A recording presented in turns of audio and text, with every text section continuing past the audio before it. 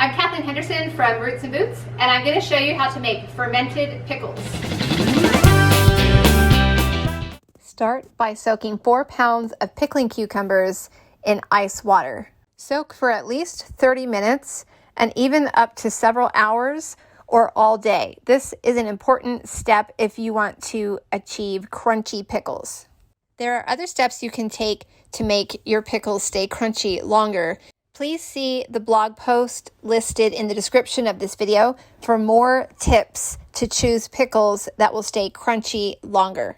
Lay out your supplies. I used 2 half-gallon mason jars with 2 glass fermenting weights and 2 silicone fermentation lids with rings, wide mouth rings. I like to have a towel to lay my cucumbers on after their ice bath, and you'll need a paring knife to trim the ends. You'll need 2 flowering dill heads, which you can divide between 2 half-gallon jars, or if you're lucky enough to have a 1-gallon fermenting crock, you can put them both into that crock. You'll also want to trim both ends of the cucumbers, both the vine end and the blossom end, because any bits of that stay on the pickle affect the crunchiness or the lack of crunchiness of your pickles. You'll also need 2 to 3 tannin-rich leaves like oak, grape, raspberry, or horseradish, which you will divide between your 2 jars. After soaking and trimming, you can add the cucumbers to your jars, packing them in tightly together. When the jars are packed with pickles, add 3 tablespoons pickling spice, dividing it between the 2 jars. Please see the linked recipe in the description of this video. For an extra kick, you can add crushed red pepper flakes. Next, add 2 bay leaves, 1 to each jar. Now it's time to add the garlic. You can add about 4 cloves to each jar or more to taste. You want to peel and crush the cloves and then add them to the jars. Next is time to prepare the brine.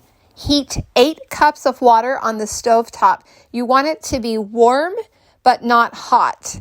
And then you will stir in 1/4 cup unrefined sea salt. Keep stirring until the salt is as dissolved as possible. Finally, pour the brine over the cucumbers in the jars, making sure that all the ingredients are fully submerged.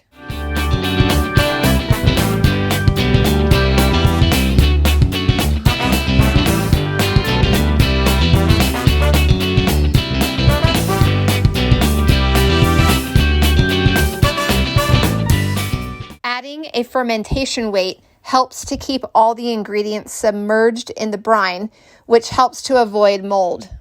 Top with the fermentation lid that has a slit or a hole or a crack that allows for the release of air so the pressure doesn't build up, and then screw on the ring. I like to add a label with the date to help me remember when I started each batch. How long do they need to ferment?